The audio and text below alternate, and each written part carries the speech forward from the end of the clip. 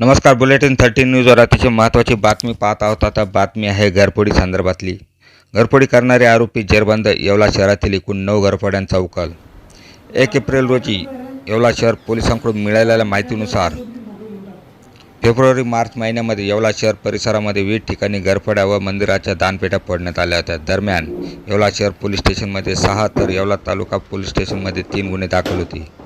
या गुन्ह्यांचा छडा लावण्याचा आदेश पोलीस स्टेशनचे अधीक्षक विक्रम देशमाने यांनी येवला शहर पोलिसांना दिला होता.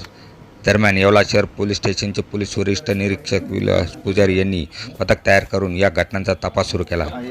तांत्रिक माहिती व गुप्तचर खबरांकडून मिळालेल्या माहितीनुसार यातील एक आरोपीला अटक करण्यात आली असून मुख्य आरोपी हे कमी वयाचे आहे.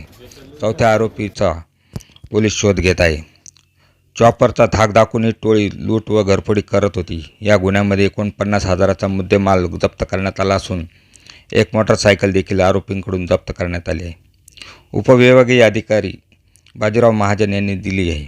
या कामगिरीमध्ये PSI Dinesh Lokhande, PSI Patil, police शिपाई बाबा पवार, गणेश पवार, पोलीस हवालदार दिलीप शिंदे, पोलीस हवालदार मोरे,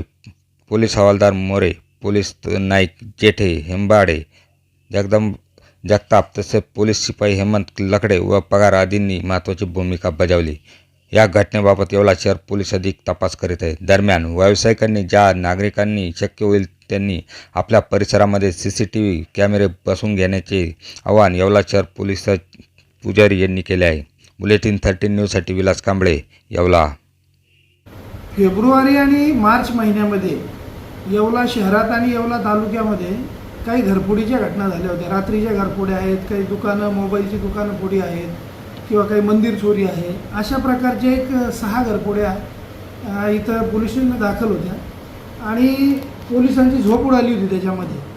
तर ह्या घरफोड्यांमध्ये एक अथक परिश्रम घेऊन येवला शहर पोलीस स्टेशनचे PI विलास पुजारी, त्याच्यानंतर त्यांचे जे 2 अतिशय चांगले जांबाज असे पोलीस जवान आहेत, बाबासाहेब पवार आणि गणेश पवार, त्याच्याबरोबर त्यांच्या मदतीला जो त्यांचा स्टाफ आहे इथला, PSI पाटील असतील, PSI लोखंडे असतील, त्याच्यानंतर हवालदार शिंदे, मोरे, गेठे, हेंबाडे, जगताप, PC लकडे आणि पगार, या सर्व लोकांनी अथक परिश्रम करून त्यांच्याकडे असलेले बुद्धी कौशल्य, व्यावसायिक कौशल्य वापरून या 6च्या 6 घरफोड्या येवला शहरच्या उघडकीस आणलेल्या आहेत.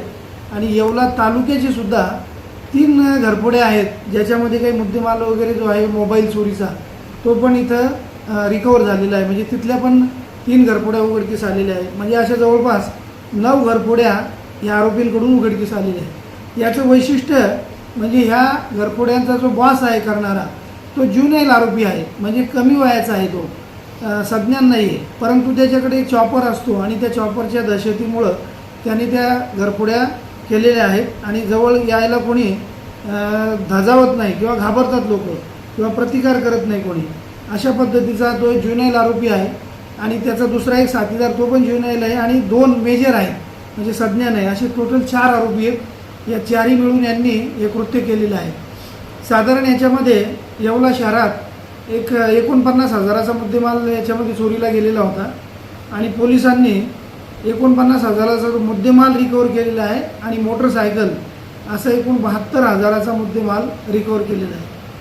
ही सदरची कामगिरी माननीय पोलीस अधीक्षक विक्रम देशमाने सर आणि ॲडिशनल SP माननीय अनिकेत भारती सर आणि SDPO मनमाड यांच्या मार्गदर्शनामध्ये येवला शहर पोलीस स्टेशनचे PI विलास पुजारी आणि त्याचा सर्व स्टाफ यांनी अतिशय मेहनतीने व्यावसायिक कौशल्य वापरून हा मुद्देमाल रिकवर केलेला आहे. सर्व चोऱ्या घरफोड्या याच्यामध्ये उघडकीस आलेल्या आहेत.